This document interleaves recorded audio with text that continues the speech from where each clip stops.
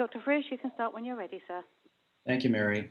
Good morning. My name is Fred Fedius, and I'm chair of the Committee on Academic Workforce and Success. It is 10:37 a.m., and I would like to call the April 21st, 2021 Committee meeting on Academic Workforce and Success to order. This meeting is held via Zoom. Please be aware that although we are via Zoom, the meeting is still being broadcast via the internet. Please be aware that although we are meeting, we will be able to begin, and I would like to take this opportunity to welcome those joining and ask them to observe the following etiquette, please. Please state your name before you speak, mute your microphone when you're not speaking, and also keep background noise to a minimum. Members, we will give a beginning roll call to ensure that we all have a quorum. So when I call your name, please respond to confirm that you're on the call. Mr. Anwar? Yes. Mr. Campbell? Here. Mr. Raven? Ms. Schwartz? Here. Mr. Stedman? Mr. Torn? Is here. Here. Ms. Williams? Here. Mr. Wilson? Here. Mr. McClinney? Here. Okay, and the voting members for this committee will be Mr. Campbell, Ms. Schwartz, Mr. Torn, Ms. Williams, and Mr. Wilson. Please record in the minutes that we have a quorum. Agenda item 2 is consideration of approval of the minutes for the January 20th, 2021 committee meeting. Do I have a motion for approval of the January 2021 minutes of the CAWS committee, which you have had in advance? So moved. So move, Wilson. Okay, we have a motion by Mr. Wilson, a second by Ms. Williams. Is that correct? Second, yes. Is there any discussion? Hearing none, members, those in favor, please say aye. Those opposed, say no. Aye. Aye. Aye. Thank you. Motion passes. Agenda item 3 is public testimony on agenda items relating to the Committee on Academic and Workforce Success. We do not have any registered to testify, so we'll go on to the next item, which is agenda item 4, consideration of the approval of the consent calendar. The consent calendar includes non-controversial items that we think can be approved without comment or discussion. This will allow us to save time for other items that need more discussion and attention. Highlighted items are in gray in your packet, the consent items on the agenda.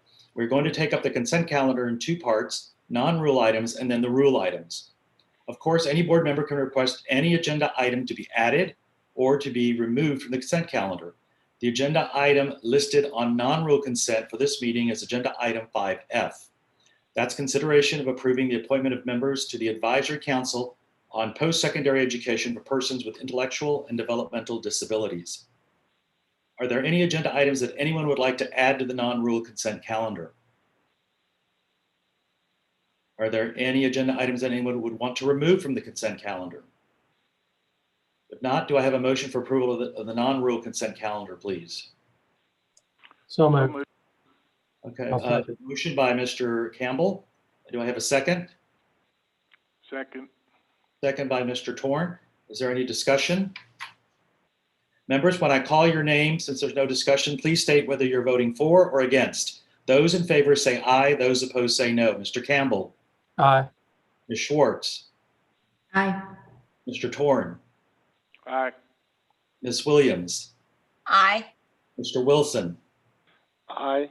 And I vote aye, so the motion passes. Thank you all. Members, the next item on the consent calendar are the rules items. The rules placed on the consent calendar are those that are either technical, conforming, or implement non-controversial policies around which there is consensus. Agenda items 5H2, H3, and H5. We'll begin with 5H2, which is consideration of adopting the proposed amendments of Title 19, Part 1, Chapter 1, Subchapter A, 1.6 of Board Rules. These are concerning advisory committees and subcommittees. 5H3 is consideration of adopting the proposed amendment of Title 19, Part 1, Chapter 1, Subchapter T, 1.222 of Board Rules concerning the Workforce Education Course Manual Advisory Committee membership and officers. 5H5 is consideration of adopting the proposal repeal of Title 19, Part 1, Chapter 9, Subchapter M, 9.660 through 9.666 of Board Rules concerning program development in public two-year colleges block scheduling. Are there any rules that anyone wants to remove from the rule consent calendar? If not, do I have a motion for approval of the rule consent calendar? So moved. This is Donna. Thank you. Ms. Williams has made the motion. Do I have a second? I'll second. Second by Mr. Campbell. Is there any discussion? Okay, members, when I call your name, please state whether you're voting for or against the motion. Those in favor say aye, those opposed no. Mr. Campbell, Aye. Ms. Schwartz, Aye. Mr. Torn, Aye. Ms. Williams, Aye. Mr. Wilson, Aye. and I vote aye, so the motion passes. Thank you. We'll move on to agenda item 5A, which is consideration of adopting the Certification Advisory Council's recommendation to the committee relating to a request from Medicine College of Biomedical Engineering Technology for a third certificate of authority to grant degrees in Texas. Dr. Tina Jackson, who's our Assistant Commissioner for Workforce Education, will present this item and be available to answer questions. Dr. Jackson. Thank you, Dr. Farias, committee members and board members. Medicine College of Biomedical Engineering Technology is requesting a third certificate of authority. Medicine is pursuing SACS accreditation.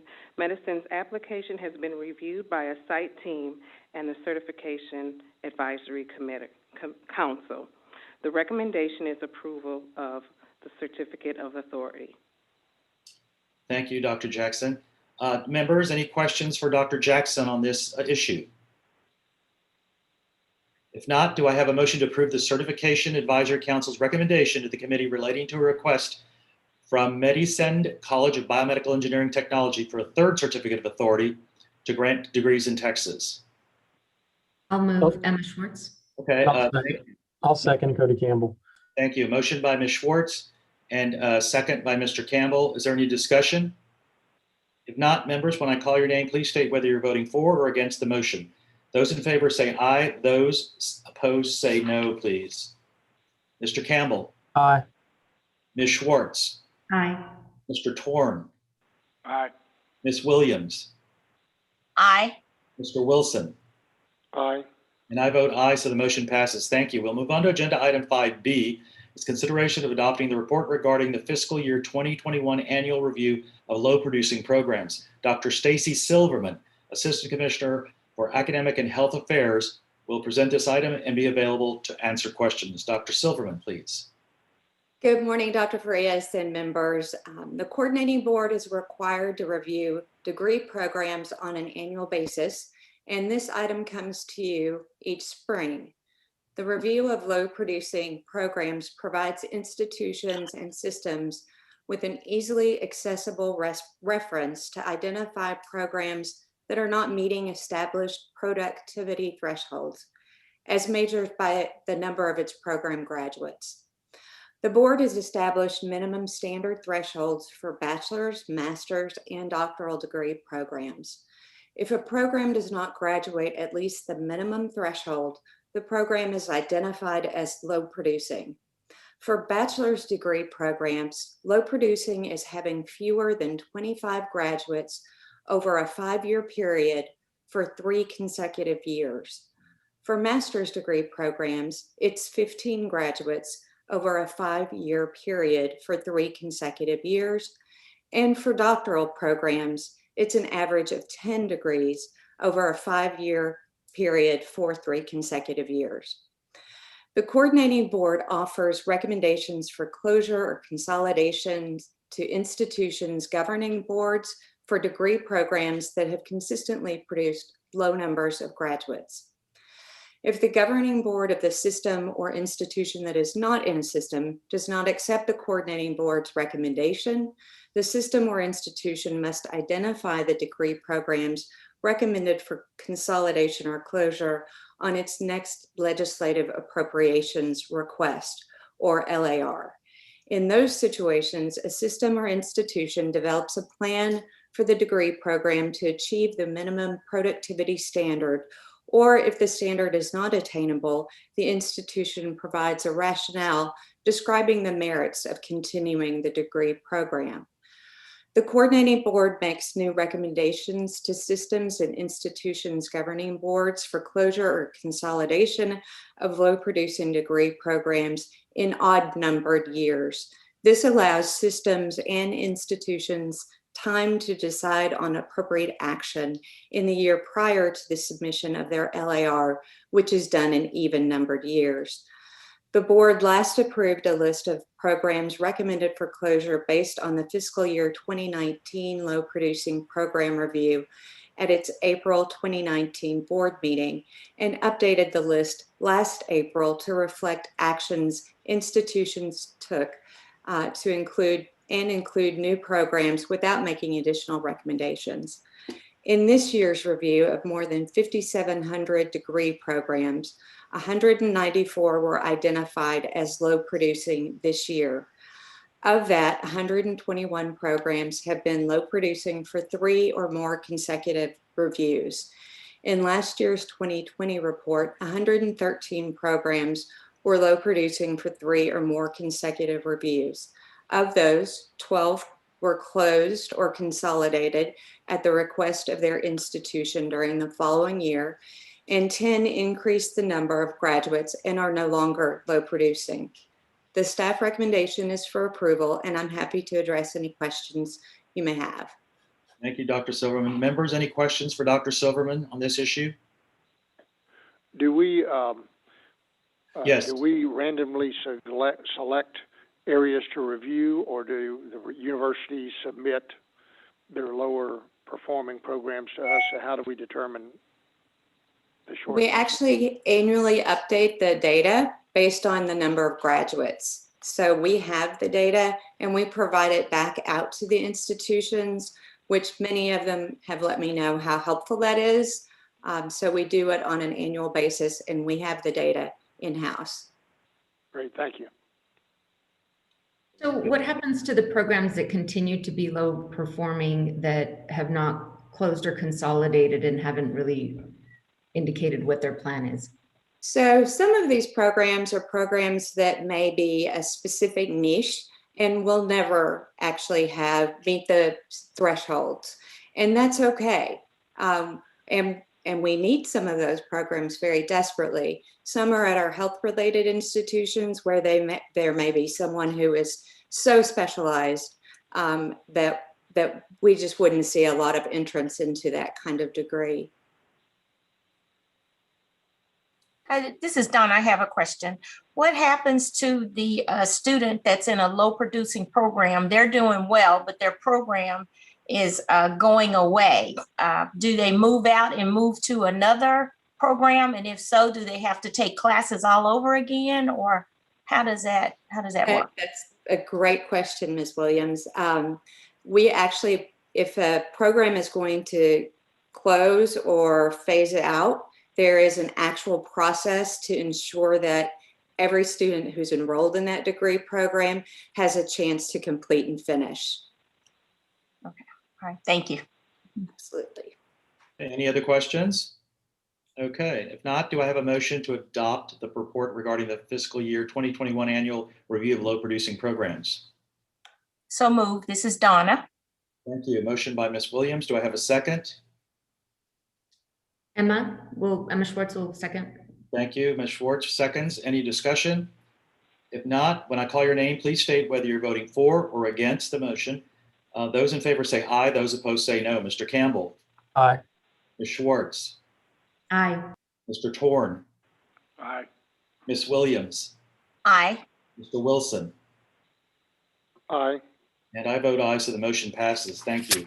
We move on to agenda item 5C1, which is consideration of approving the request from Tarleton State University for a Master of Science, MS degree with a major in mechanical engineering.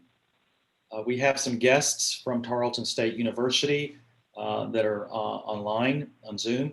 Dr. Denise Martinez, Associate Dean of the School of Engineering, Dr. Murcha Agayapiya, Department Head of the Engineering and Computer Science, and Dr. Michael Huggins, the Dean of the College of Science and Technology, are also present, available to take questions for comments. Dr. Silverman, the Assistant Commissioner for Academic and Health Affairs, will present the item and be available to answer questions. Dr. Silverman. Thank you, Dr. Farias. Tarleton State University is proposing a Master of Science degree program in mechanical engineering. The proposed master's degree program would be offered fully online. However, it would likely attract students from the region. The proposed program would require students to complete 33 semester credit hours, and it would provide students with an advanced understanding of the integration of applied mechanics, computer simulations, and energy science and technology. Students would have the option to concentrate in the following areas of specialization: mechanics of solids and materials, design and manufacturing, thermal fluid system and heat transfer, power, energy and sustainability, and system dynamics, controls, and robotics. Tarleton provided strong evidence of a workforce need for mechanical engineers in its 14-county surrounding area region. If approved, the program would be the 14th mechanical engineering program in Texas. Tarleton will hire 2 core faculty members, one starting in the program's first year and the second starting in its second year. The institution would provide documentation of the hires of the proposed program, and it is estimated to cost less than $400,000 for the first 5 years of operation. The recommendation is for approval, and there are institutional representatives available to address your questions. Thank you, Dr. Silverman. First, before we take questions, is Dr. Denise Martinez, would you like to say a few words? I would like to say, first, one quick note. The program is online, but it's also available face-to-face for our local students. That was in the original content. That helps us gather some local research and TAs. And we are also offering this in a 4+1 format, so we can capture some of our highly talented students that are graduating seniors and get them started on a graduate degree. But it also reaches our mechanical engineering students that are already out in the workforce and more that would like to participate online and get their master's degree. Okay, thank you. Thank you for serving as Associate Dean of the School of Engineering there at Tarleton. Also, we have Dr. Murcha Agapia. Hopefully I got that right. And Dr. Agapia is the Department Head of Engineering and Computer Science. Would you like to say a few words? Sure. Hello, everyone. Yes, we have had this degree for 3 or 4 years now at the bachelor's level. We're seeing a lot of students from the local area. So we see a great opportunity here to extend it into a master's. Great, thank you. And thank you for being online. And then we have Dr. Michael Huggins, who is the Dean of the College of Science and Technology, is also here. If you'd like to say a few words, Dr. Huggins, if he's available. I believe he's watching remotely. Okay, no worries. Thank you very much. Members now, are there any questions for our guest or for Dr. Silverman? Yeah, I have a question. Yes, Mr. Torn. On page 3 of your presentation, we know that the job market need is strong for all engineers, but the student demand is weak. So am I missing something, or what do you need to do to match the students' demand to the need of this particular degree? And I'll jump in and try and address that question really quickly. That's really just a reflection of how we display the information to you, in that we do have 14 other, or this will be the 14th mechanical engineering program, and student demand is not always easy to identify at the master's degree in engineering. And additionally, if a proposal doesn't include a student survey, we count that as a no. And I'm not sure that's an accurate reflection of the student demand assessment, honestly. So your point is well taken, and I think it's time to look at how we display this information to you. My name is Jun Zhu. I'm from Department of Engine Computer Science. I'm the coordinator for mechanical engine program at Thornton. So I would like to respond to the student demand, especially the student survey. We did conduct a survey. So at the end of last year, 2020, and we sent out the survey to our mechanical engine students, roughly 175. And we got roughly 30%, 32.6% response rate.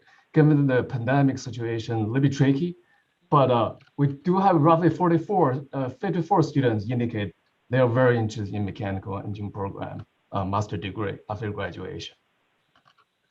And I would also like to point out that compared to our surrounding institutions, UT Arlington, UT Dallas, University of North Texas, the student graduate with a master degree graduating from there actually declining from 2018. For example, for UT Arlington, 2018 they have 225 students, master students. In 2019, it became 139, and in 2020, it became 81. So, so there is, in terms of the comments on the higher enrollment in similar programs at other institutions, so they're not really increasing. The job demands are higher. So I think we'll provide opportunity to supply that that gap. Yeah, I think we've got, I think our taking the 4+1 opportunity, along with the demand in our region from our students that are already out there is really gonna help launch this program. I have a question in regards to the demand. How many of those 14 programs across the state are entirely online? Because I think that an entirely online program will see a pretty good amount of demand for working professionals. And unfortunately, I don't have that off the top of my head, but I do know that we have other programs. I know UT Arlington's is as well. Additionally, one of the issues related to this is that an awful lot of international students pursue the master's degree in engineering, and we've seen a sharp decline related to COVID.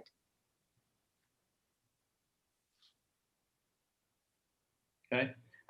Any other questions or comments for the panel? If not, do I have a motion to approve the request from Tarleton State University for a Master of Science MS degree with a major in mechanical engineering? So moved. Okay, thank you. A motion by Mr. Campbell. Do I have a second? Second, Donna. Thank you. Second by Ms. Williams. Any discussion? If not, members, when I call your name, please state whether you're voting for or against. Those in favor say aye. Those opposed say no. Mr. Campbell. Aye. Ms. Schwartz. Aye. Mr. Torn. Aye. Ms. Williams. Aye. Mr. Wilson. Aye. I vote aye, so the motion passes. Thank you. Next is agenda item 5C2 is consideration of approving the request from Texas A&M International University for a Doctor of Philosophy PhD degree with a major in criminal justice. We have some guests here, Dr. Pablo Arenaza, as well as he's the president, Dr. Thomas R. Mitchell, Provost and Vice President for Academic Affairs, and Dr. Claudia San Miguel, Dean of the College of Arts and Sciences, are present and available for questions and comments after Dr. Stacy Silverman's presentation. Dr. Silverman, Assistant Commissioner for Academic and Health Affairs, will present the item and be available for questions. Dr. Silverman. Thank you, Dr. Farias. Texas A&M International University is seeking approval to offer a Doctor of Philosophy degree in criminal justice beginning in fall 2021. The proposed program would be offered fully online and would require completion of 49 semester credit hours. The proposed program would prepare students as criminal justice post-secondary faculty or for employment with federal, state, and local law enforcement agencies. Projected average annual openings for criminal justice post-secondary faculty are expected to grow nationally and in Texas, annually adding an estimated 1,400 positions nationwide and 123 positions in Texas. In Texas, there are 6 doctoral programs in related fields, but only 2 PhD programs in criminal justice. These programs produced 19 graduates in 2019. Texas A&M International's proposed program would fill a unique niche, leveraging the university's location near the US-Mexico border to focus on homeland security, border security, trafficking, immigration, and other related issues. Texas A&M International will hire 1 core faculty member to start in fall 2022 and 1 core faculty member to start in fall 2023. The institution will provide documentation of the hires and also submit progress reports in years 1, 3, and 5, confirming institutional commitments and describing the program's implementation. The institution estimates that the 5-year costs would total just over $1.3 million, and the recommendation is for approval, and there are institutional representatives available to address questions. Thank you, Dr. Silverman. Dr. Pablo Arenas, thank you for being here. Would you like to say a few words? Sure. Thank you, Chair Farias and members of the committee. This is a rather unique community, a rather unique region on the U.S.-Mexico border. We have the largest concentration of local, state, and federal law enforcement in the whole country, I believe, certainly in the state of Texas. We are a unique laboratory for many, many areas, but certainly criminal justice and border issues related to crime as a highlight. This doctoral program really fits in with our mission as an institution, with our growth from a comprehensive master's to a doctoral granting institution. And I'm just really happy that the board is looking at this and hopefully will approve it. We have Sean Madden here, who is the chair of the Department of Social Sciences instead of Dr. San Miguel, the dean. So I don't know whether you would like to have Sean or the provost say a few words. Either one is fine. Since we're all in the same room, it won't make any difference.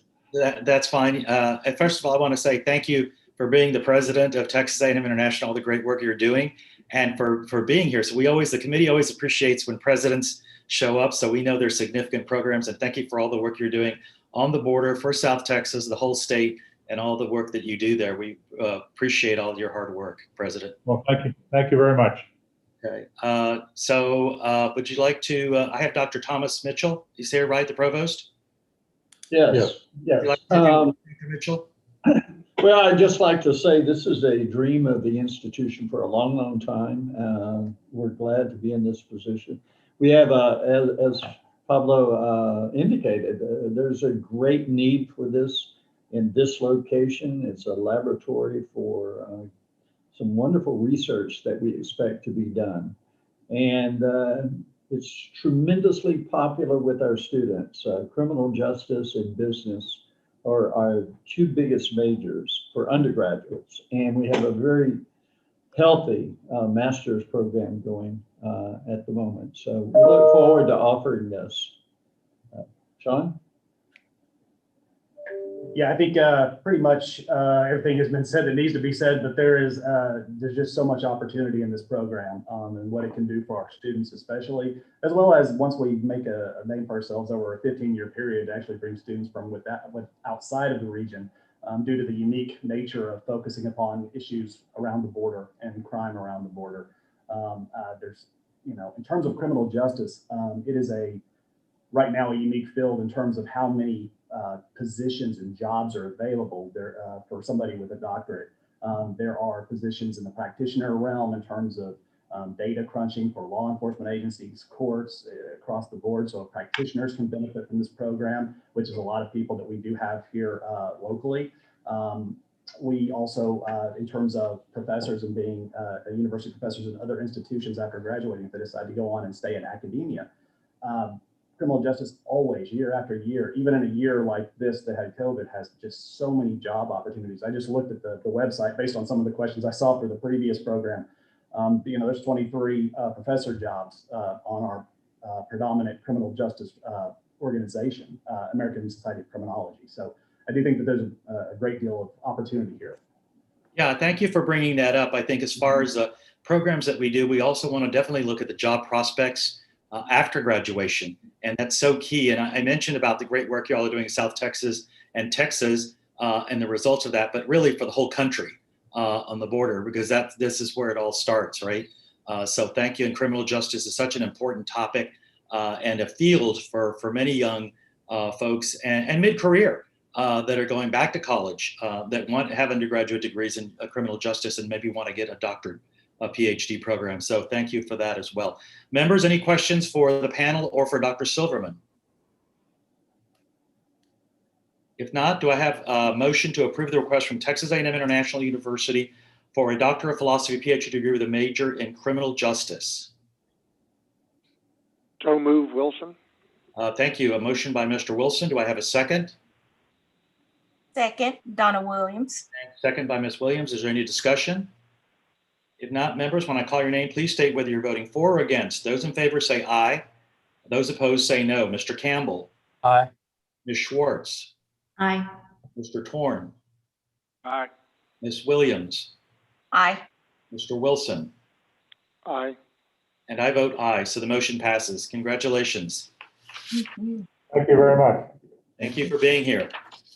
We move on to agenda item 5C3, which is consideration of approving the request from the University of Texas, Rio Grande Valley for a Doctor of Philosophy PhD degree with a major in human genetics.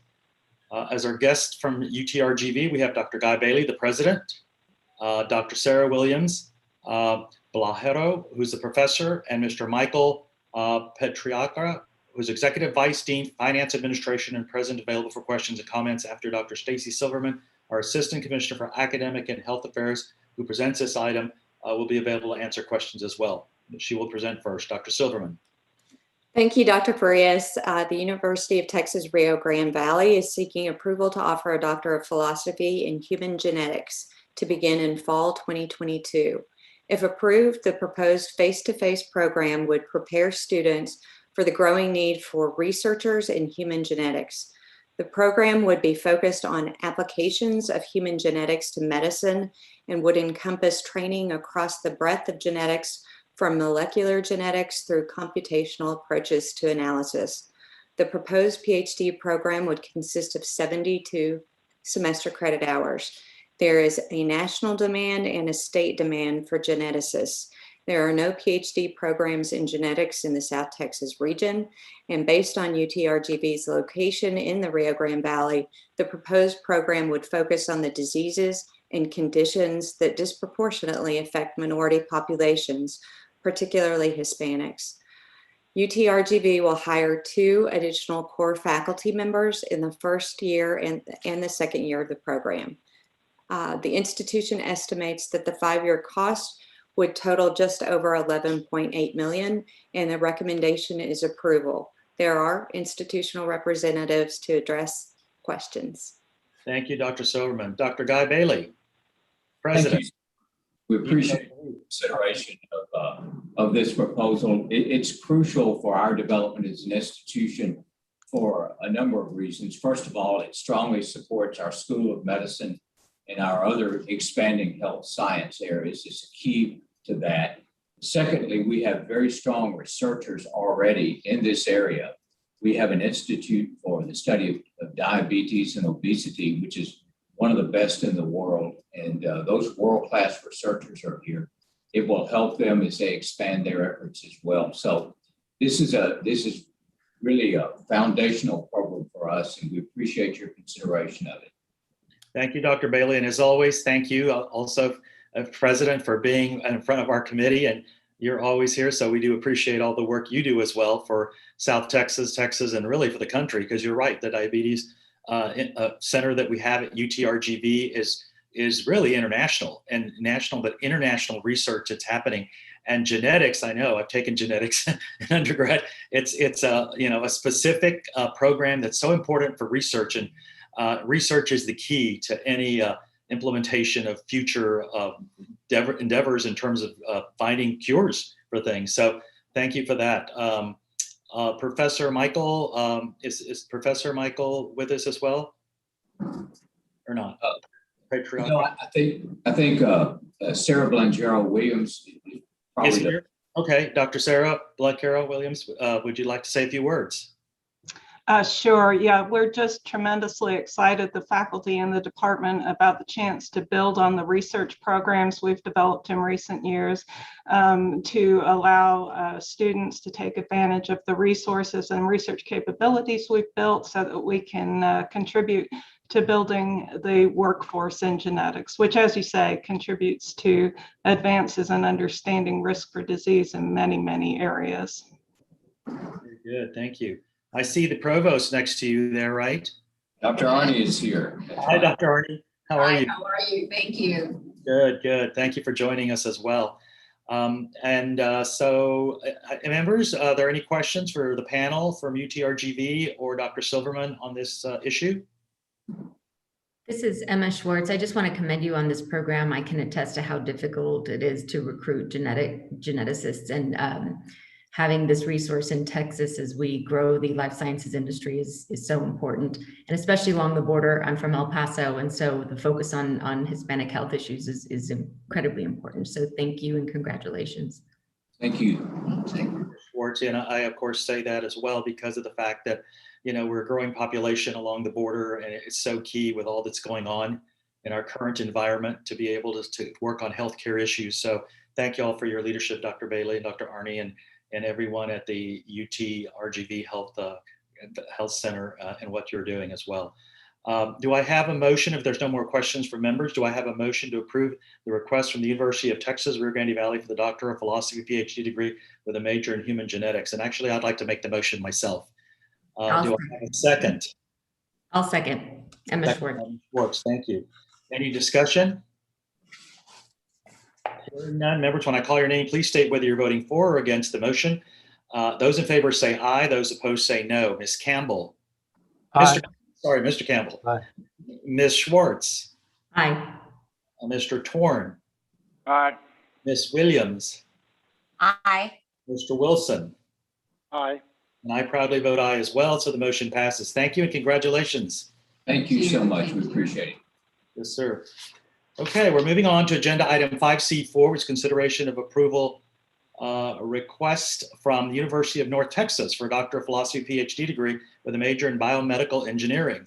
We have some guests from Dr. Vijay Nathan, who's the chair of the Department of Biomedical Engineering, and Dr. Haichin Wang is the Dean of the College of Engineering, and Elizabeth Vogt, who is Assistant Vice Provost, Accreditation and Institutional Effectiveness, are present and available to answer questions and comments after Dr. Tsi Silverman, our Assistant Commissioner for Academic and Health Affairs, who presents the item, will be available to answer questions as well.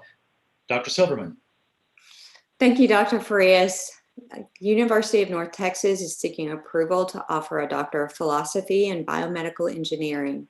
If approved, the proposed face-to-face program would prepare students who would fulfill unmet healthcare-related startup industry needs in the North Texas area specifically, and in Texas in general. The proposed program would consist of a minimum of 41 semester credit hours. Biomedical engineering is a dynamic profession with an established theoretical and scientific base and widespread clinical application in using engineering knowledge to improve public health. Currently, there are 10 institutions in Texas that offer the doctoral degree program in biomedical engineering. Nationally, workforce data suggests there is a less than average need for more biomedical engineers. However, in Texas, the Texas Workforce Commission anticipates a greater than average growth of 13% in biomedical engineering positions for the decade of 2016 through 2026. UNT will hire 2 additional core faculty members in the first year and second year of the program and provide documentation of the hires. The institution will submit progress reports in years 1, 3, and 5, confirming institutional commitments and describing the program's implementation. The institution estimates that 5-year costs would total $1.8 million, and the recommendation and approval, there are institutional representatives available to address questions. Thank you, Dr. Silverman. Dr. Vijay, would you like to, Vijay Nathan, would you like to say a few words? Oh, good morning, everyone. Thank you, Dr. Farias. This is a great opportunity for UNT Biomedical Engineering to actually complete our department. We have very successfully grown our department in the last, we are a very young program. We are 6 years old. We have grown to more than 300 students. We have graduated more than 100 students, many of whom are employed in some of the leading biomedical companies in the nation.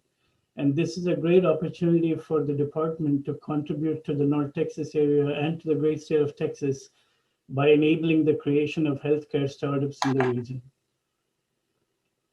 Thank you, Dr. V.J. Nathan. Do we have a few words maybe from Dr. Hei Chen Huang? Thank you very much, Han Chen Huang. I'm the Dean of Engineering. Indeed, our biomedical engineering PhD program is on solid ground, almost figuratively. We just got a new biomedical engineering building at UNT, and in terms of this PhD program, our annual research award just got almost doubled last year over the previous year. And our graduate enrollment is getting doubled this year also. So it is a wonderful environment for this PhD program to succeed. And the university, not only the college, but also the university is very supportive. My provost, Jennifer Cowley, is here. I'm sure she can confirm that. So the college, the university are very supportive of this program. I want to thank you all for your consideration. Thank you. Sure, you're welcome. Does the provost want to say a few words? Sure, I'd be happy to. One of the things that really distinguishes this doctoral program from other biomedical engineering programs in the state is our focus on entrepreneurship. We've partnered with our College of Business and our College of Engineering to create a unique one-of-a-kind degree that is really focused on creating the medical innovations that we need to fuel improvement in healthcare. And so this focus on entrepreneurship will really help support startup businesses and an entrepreneurial spirit in the state as it applies to biomedical engineering. So we're very excited to bring this unique program forward. That's very good. Thank you. Do we have Elizabeth Vogt available? Yes, thank you. We are very excited about this new program. It's innovative, and it's going to be a great support for our strategic plan to expand our scholarly activities and innovative impact. Thank you for considering it. Well, thank you all. And you know, we as a committee, as a board, we look at ideas and things that institutions like yours bring to us on what the needs are for the workforce in Texas. So I think it's very important to hear what students' needs are, what our employers' needs are, and you are the educators of those programs. So it's great that you look at the stakeholders and look at all the ideas that are out there in terms of what the programs that our state needs. So thank you for all the work and the pre-work that y'all do to provide these proposals to our staff here at the coordinating board to be able to provide to our committee, and then we provide to our board to be able to provide great programs like this one for our students in the state of Texas. So thank you for the work that y'all do. Thank you. Members, Thank you. any questions for the panel or for Dr. Silverman? If not, do I have a motion to approve the request from the University of North Texas for a Doctor of Philosophy PhD degree with a major in biomedical engineering? So moved, Emma Schwartz. Thank you. A motion by Ms. Schwartz. Do I have a second? Second, Donna Williams. Thank you. Second by Ms. Williams. Any discussion, members? If not, members, when I call your name, please state whether you're voting for or against the motion. Those in favor say aye. Those opposed say no. Mr. Campbell? Aye. Ms. Schwartz? Aye. Mr. Torn? Aye. Ms. Williams? Aye. Mr. Wilson? Aye. And I vote aye. Motion passes. Thank you and congratulations. Thank you. You're welcome. Next agenda item 5D, members, is the report to the board on school closures. Let's see. Yes, North Texas. Yes, school closures. And or teach outs pursuant to Chapter 7, Subchapter 8A, Section 7.75. There's no action required on this, okay? So Dr. Tina Jackson is Assistant Commissioner for Workforce Education, will present this item and be available to answer questions. Dr. Jackson. Hello, thank you. Hi, Thank you, Dr. Farias and committee members. This report is for notification purposes only. No action by the board members is required. The following institutions provided notification of closure or teach-out: Baptist University of the Americas, Fort Worth; Embry-Riddle, Aeronautical University, Houston; Vista College, North Loop, El Paso. Certificates of authorization are ended for school closed upon the date of closure. Okay, thank you, Dr. Jackson. Any questions, members, for Dr. Jackson? Okay, if not, that's fine. That was for informational only. We move on to agenda item 5E, which is consideration of adopting the appointment of members to the Workforce Education Course Manual Advisory Committee in accordance with Coordinating Board Rules, Chapter 1, Subchapter T, Rules 1.220. Dr. Tina Jackson, Assistant Commissioner for Workforce Education, will present this item and be available to answer questions. Dr. Jackson? Yes, thank you again, Dr. Farias and committee members. This is to approve appointment of 11 members to the WECM Advisory Committee. And we have 7 renewal appointments and 4 new appointments. Our 4 new appointments will be from, if approved, will be from Howard College, and it's Terry Nix from Howard College. Our second nomination is Gregory Newman from Collin College. Our third nomination is Gretchen Reel from Austin Community College. And our fourth nomination is Leslie Keeling Olson from Temple College. And the recommendation is approval. Thank you, Dr. Jackson. Any questions, members, for Dr. Jackson? If not, do I have a motion to adopt the appointment of members to the Workforce Education Course Manual Advisory Committee in accordance with Coordinating Board Rules, Chapter 1, Subchapter T, Rule 1.220? Do I have a motion? So moved. Thank you. Motion by Mr. Campbell. Do I have a second? Second, Donna Williams. Second by Ms. Williams. Any discussion? If not, members, when I call your name, please state whether you're voting for or against the motion. Those in favor say aye. Those opposed, please say no. Mr. Campbell? Aye. Ms. Schwartz? Aye. Mr. Torn? Aye. Ms. Williams? Aye. Mr. Wilson? Aye. I vote aye, so the motion passes. Thank you. Next is agenda item 5F, which was approved on consent. Agenda item 5G is lunch. The committee will now break for lunch. Is that correct, Mary? No public business. Okay, no public business or public policy over which this board has supervision or control will be discussed. So we will reconvene in approximately 30 minutes. So if we look at the watch, it's now, I have 11:25, correct? Mm-hmm. So we will reconvene at 11:25, 20, at 11:50? 11:55. 11:55, we will reconvene. Thank you. Mhm.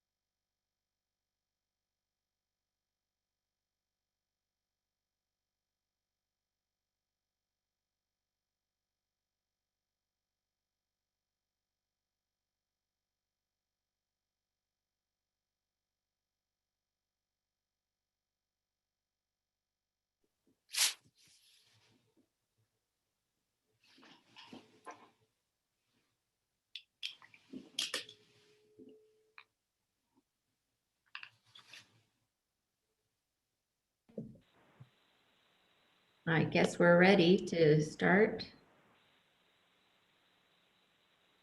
We're just waiting one moment for our board members to return to the boardroom, and I'll let you know as soon as we're ready, Dr. Farias. Thank you.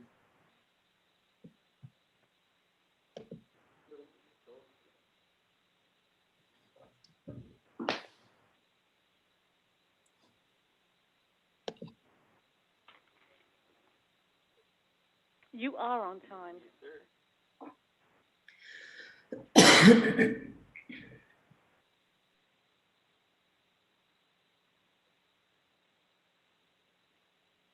So Fred, it's like herding cats back there. I understand, Mr. Dorn.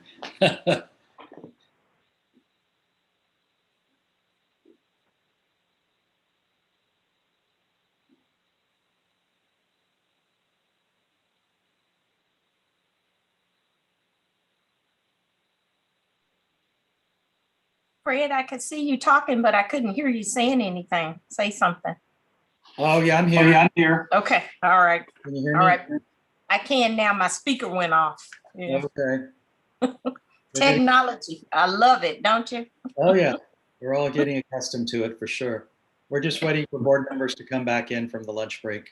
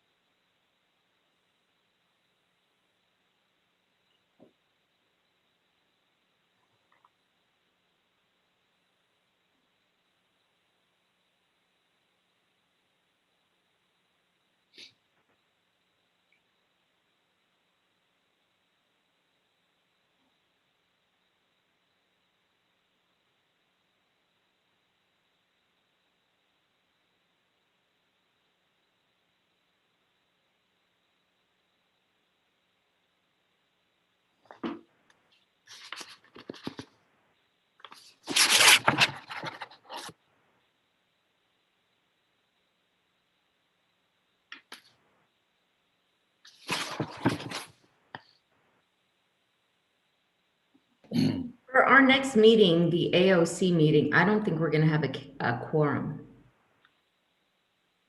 Because I don't see Mr. Anwar. Okay, Dr. Farias, Yes. ready to begin. Okay, thank you. So thank you all for coming back from the short break. We're moving on.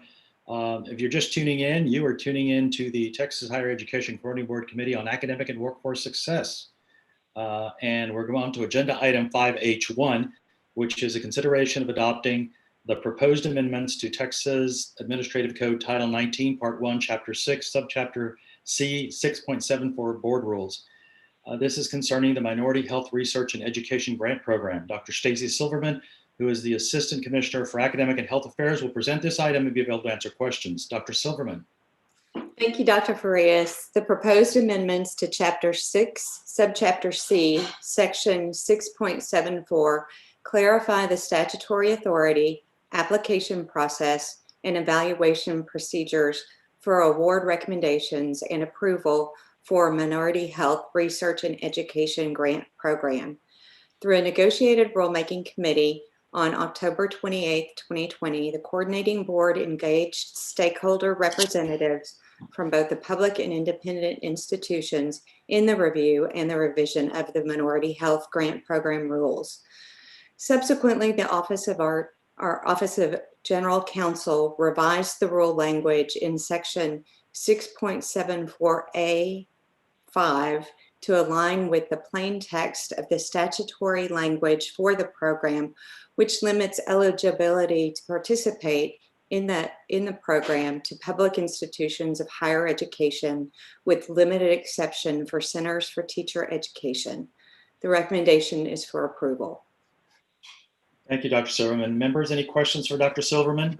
If not, do I have a motion to approve the proposed amendments to Texas Administrative Code Title 19, Part 1, Chapter 6, Subchapter C 6.74 of the Board Rules concerning the Minority Health Research and Education Grant Program?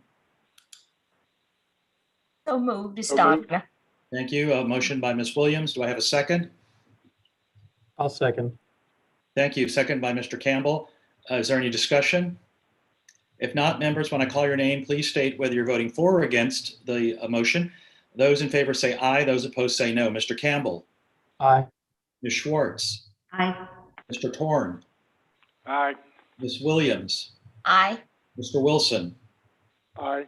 And I vote aye, so the motion passes. Thank you. Agenda items 5H2 and 5H3 were approved on the consent calendar. Agenda item 5H4 is consideration of adopting the proposed amendments of Title 19, Part 1, Chapter 4, Subchapter C 4.54 of Board Rules concerning Tsi exemptions, exceptions, and waivers. Jarrell Booker, Assistant Commissioner for College Readiness and Success, and Dr. Suzanne Morales-Bailly, Senior Director of Developmental and Education, will present the items and be able to answer questions. Mr. Booker. Good afternoon, Chairman, members. I'm Jarrell Booker, Assistant Commissioner for College Readiness and Success. As I discussed the amendment to Section 4.54 dealing with TSI exemptions. As you may recall, TSI, the Tech Success Initiative, sets out our standard for college readiness, and TSI has a number of exemptions and waivers for that standard around SAT, ACT. Those are the common exemptions. During the 86th legislative session, House Bill 1891 required us to create another exemption for students that score high enough on the high school equivalency exams. The two that we use here in Texas are GED, which you're probably most familiar with, and HiSET. Those are probably the largest nationally and the two that we use here in Texas. This proposed amendment before you establishes the rules for this exemption and the time period for its validity. We're doing the time period 5 years, which is similar to SAT and ACT as far as the scores that we will use. Both GED and HiSET have conducted research and analysis for their college readiness benchmark. So what we'll do is they've run research, they have their own number, we will see if that number works, and then we will actually use that as our rules. After that score is used for about a year, we'll go back and do a validity study to make sure that score is still valid for how they do in their first level college course. To date, we have not received any public comments, but we have received a lot of positive feedback from the field on using the score. If you have any questions, I'm looking for a favorable approval for this rule amendment. Yeah. Oh, so to pass the GED, say, just one of those two, what do you have to get to pass it? I don't recall the exact score, but let's say to pass the GED is 165. But percentile, let's say, or percent accurate. Okay, go ahead. Well, so let's say that's the score to pass the GED, but to be a college readiness, they may set the score at 200. So it won't just be to pass; it'll be well beyond their minimum scale for passage. So at that point, we'll put that in the rules, and then we'll study it to make sure it actually is reflective of how they do once they get into college, and we'll come back and revisit it in the spring of 2022 to see how that's done. I'm just curious, what was the motivation to include those tests? I think what's happened is the GED and HiSET have been doing it all over the country. They have a college readiness score, and they wanted us just to accept that score as is at that level, and we want to make sure it's valid. So the fight came from the legislature to have that. Any further questions? That concludes my remarks, and I hope for a favorable approval of this amendment. Thank you, Jarrell. Mr. Booker. Dr. Suzanne Morales-Valle, do you want to say any comments about this? Yes, thank you. I just wanted to add that we really believe this new exemption will have an especially important impact on the adult learner population seeking to transition from adult education and literacy programs to post-secondary certificate and degree programs, making their transition more streamlined and seamless. So we're really looking forward to helping the adult population who often engage in taking these tests. And so this eliminates another barrier of having to take another test, and it really helps with their streamlined transition. Thank you so much. And thank you for the work you do as the Director of Development and Adult Education, because that's going to become more important now with the pandemic and all, and people may be shifting and pivoting to different degrees and different professional avenues of their businesses and work environments. So it's going to become more important. So thank you for all the work you do as well, along with Jarrell and your team there. Thank you. Yes, ma'am. Members, any questions for either of our panelists? Having none, do I have a motion to approve the proposed amendments of Title 19, Part 1, Chapter 4, Subchapter C, 4.54 Board Rules concerning the Tsi exemptions, exceptions, and waivers? So moved, Emma Schwartz. Thank you. A motion by Ms. Schwartz. Do I have a second? So So moved. moved. Okay, thank you, Mr. Campbell. Any discussion? If not, members, when I call your name, please state whether you're voting for or against. Those in favor say aye, and those opposed say no. Mr. Campbell? Aye. Ms. Schwartz? Ms. Schwartz? Sorry, lost the mute button. Aye. Okay, no worries. Mr. Torn? Aye. Ms. Williams? Aye. Mr. Wilson? Aye. I vote aye and the motion passes. Thank you. Agenda item 5H5 was approved on the consent calendar. And we will move on to agenda 5I, which is consideration of approving the recommendation to solicit and contract a design research firm to support implementation of the college and career advising efforts within the Data Modernization Initiative. Members, you have supplemental materials for this item. This is an important item, so let's really kind of dig into this. And Mr. Booker will give us an assistant, who's Assistant Commissioner for College Readiness Success, will present this item, be available to answer questions, and we'll listen because this is, like I said, this is dealing with the federal GEAR funding, and this is an important item. So, Mr. Booker, can you please present the item? Thank you so much, Chairman Reyes. So, as you may recall earlier, some of you heard Deputy Commissioner talking about the data modernization efforts. Under that effort, we have a college and career advising reform effort that's taking place. And within that, we are looking to reform advising for Texans. That way they can map a more streamlined, more efficient path to earn their credentials and launch their careers. We've been working for a few months now with various partners, including TEA, TWC, and other institutions around developing and implementing an advising framework so we can actually reshape basically advising, college advising in different transition points for the state.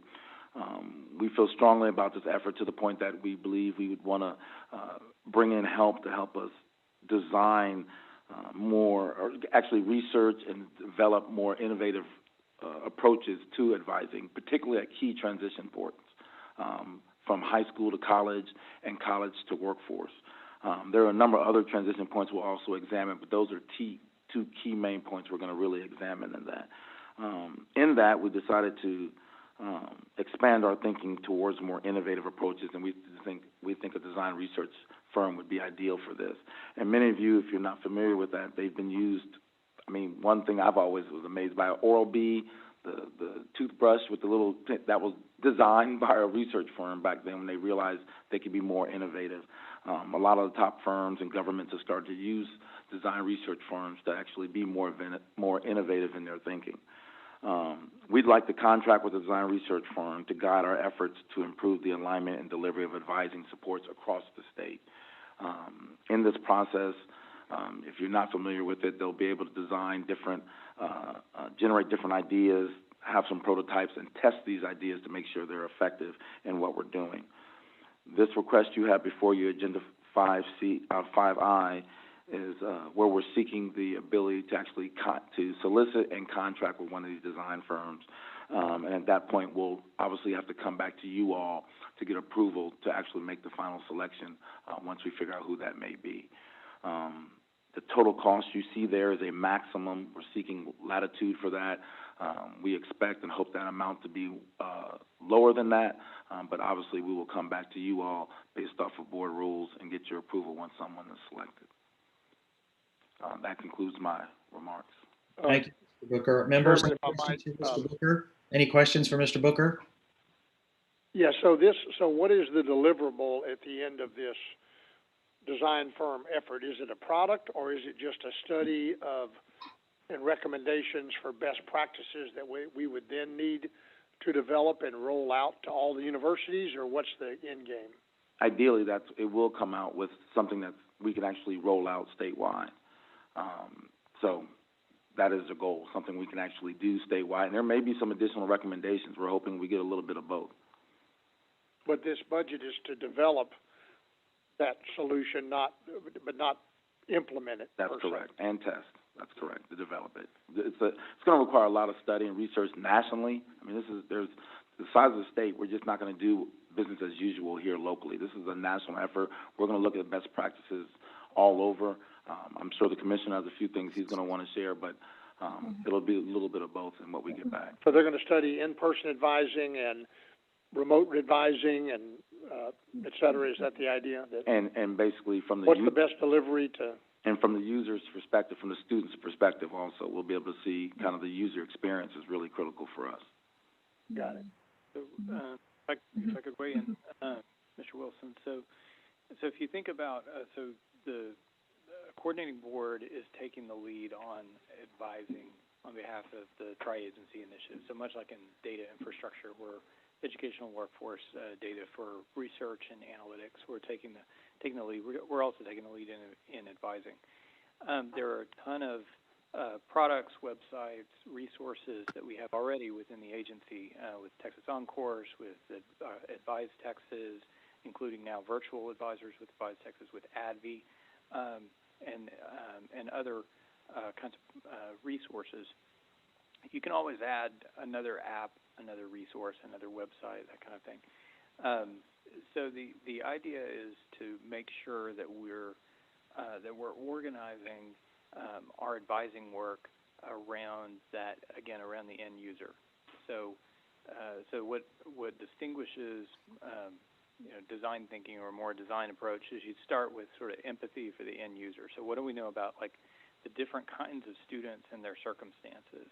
Mm-hmm. And let's flesh out these different personas of who we're trying to serve, whether we're talking about adult learners or we're talking about more traditional age students. Okay. And make sure that we're organizing ourselves and we're presenting information in ways that are going to resonate with those students and their families. And so we don't just want to push more resources out there. We could sort of do that forever. And instead, if we start with focused on those needs of the end users, then that helps sharpen our focus in ways that will have more impact. So so basically, the idea is we could put together an advising framework and a plan just by pulling together experts and getting together in a conference room and saying, okay, well, what does everybody think would be the best way to do this? And instead, if we start by what do we know about the students that we need to serve, and then we focus our planning work around that,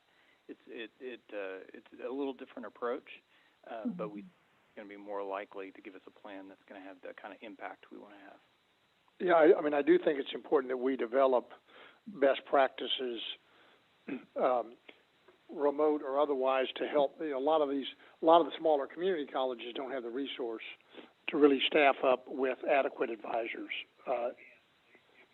and so it's to me, to be able to offer those smaller community colleges those resources. And I think that's a really important point, both in our data work and in our advising work.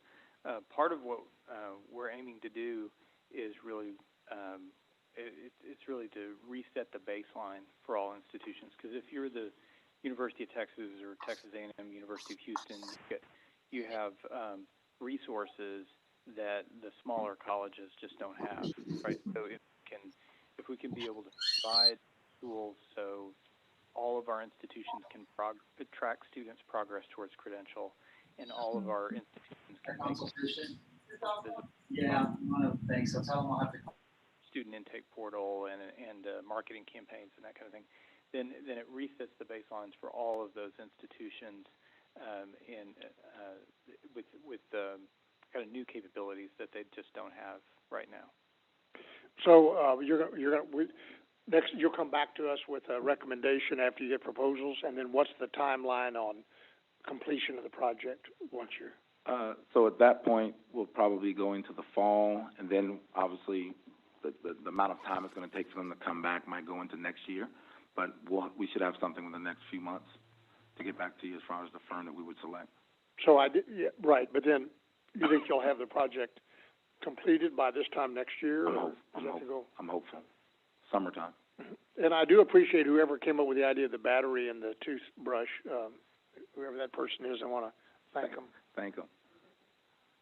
So this is college and career advising at institutions of higher education. This does not include like On-Course and Advise Texas. That's all high school focused, right?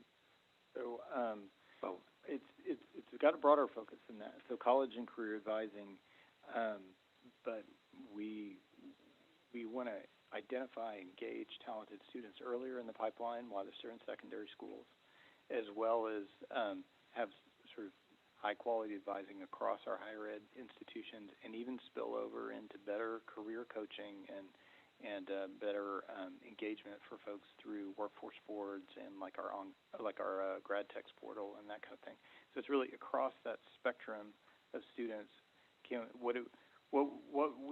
How would we need to coordinate within our advising initiatives and resources and across the agencies so that every Texan across every institution could access high-quality college and career advising that's going to resonate with their needs.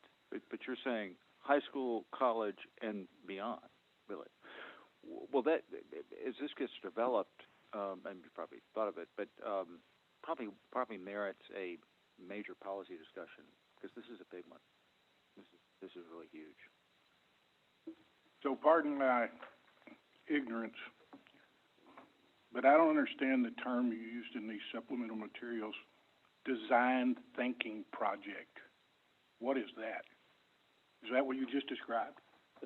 What I described is so design thinking would be an approach that starts first with empathy for that end user, but also incorporates where there's going to be prototyping and then testing, but testing against how well whatever your product or service is going to serve the needs of the end user. So you try to make you're trying to design around meeting specific kinds of needs of the target audience. So it's a preliminary step to make sure we get the most efficient product. And the most bang for the buck. And because honestly, like even when we were working on Texas On-Course, we did a poll of all of the counselors across Texas, all the middle school and high school counselors, and we just asked them, like, well, what kind of resources do you use and what kinds of things do you find especially helpful? And here's all of these different national resources, state resources. Most of them hadn't heard of most of them. They didn't use very much that was out there, and so there are millions of dollars that go into all these websites and apps and initiatives, and a lot of it just doesn't have the intended impact. So the hope and the idea is, well, if we can bring it back to what do we know about what's going to resonate with this sort of student or that sort of student who has these different needs, let's try to organize and maybe that leads us to prune a little bit. Maybe there's some things we can stop doing because we need to focus on these particular needs. So how'd you come up with $1 million? So that was set in the original budget. We don't think it's going to cost that much. We don't expect it to cost that much at all, and we're hopeful. But we did want maximum latitude as we have these discussions of how much it's going to take to do something of this magnitude. But I don't expect it to be that. And so do we think by spending these funds up to $1 million, we're going to be able to have better efficiency and use of our funds when we design the final product? Absolutely. That's the aim. That's the aim. So we spend, across the agencies, we spend tens of millions of dollars every year, plus everything within the institutions, and there are different partnerships. So if we can, both for ourselves, with our tri-agency partners, and with our institutions, help everybody be more efficient and effective in their advising, then even if it did cost $1 million, that would be worth it in the return. Everything you all have been deciding, advising is so critical to all those pieces. We wanted to make sure we get it right. And that sort of design thinking, as Commissioner said, you got, empathy, then you define a problem, then you generate ideas, then you come up with some prototypes, then you test it. So you're doing all those before we invest so much additional dollars trying to do that. We can do that in this process. Okay, thank you. So as you recall, I prefaced this item as an important item before I started presenting it. And thank you for this robust discussion, because this is important. And this is like the future. And this is something, as Chairman Stedman just mentioned, yes, it is important. And this can be the future of advising. So thank you all for this discussion. It's very important. Any last minute questions for Mr. Booker or discussion by any other member? If not, do I have a motion to approve the recommendation to solicit and contract a design research firm to support implementation of the college and career advising efforts within the data modernization initiative, not to exceed $1 million of federal gear funding? So moved. I have a motion by Mr. Torn. Do I have a second? I'll second. Second, Wilson. A second, Mr. Campbell. Any discussion? If not, members, when I call your name, please state whether you're voting for or against the motion. Those in favor, please signify by saying aye. Those opposed say no. Mr. Campbell. Aye. Ms. Schwartz. Aye. Mr. Torn. Aye. Mr. Wilson. Aye. And I vote aye, so the motion passes. Thank you all very much. Ms. Williams votes aye. Okay, did I miss? I'm sorry. That's okay. Or maybe, Aye. okay, or is your mic on? Thank you. So the motion passes. Agenda item 6 is adjournment. If there's no further discussion, may I have a motion? So moved. This is Donna. Okay, thank you. Motion by Ms. Williams. Second. Emma will second. Thank you. Second by Ms. Schwartz. All in favor, please signify by saying aye. Aye. Aye. Thank you all. Motion passes. We will now take a short break to allow staff to set up for the Agency Operations Committee meeting. Members, please remain on the call, and the next meeting will begin shortly. Thank you.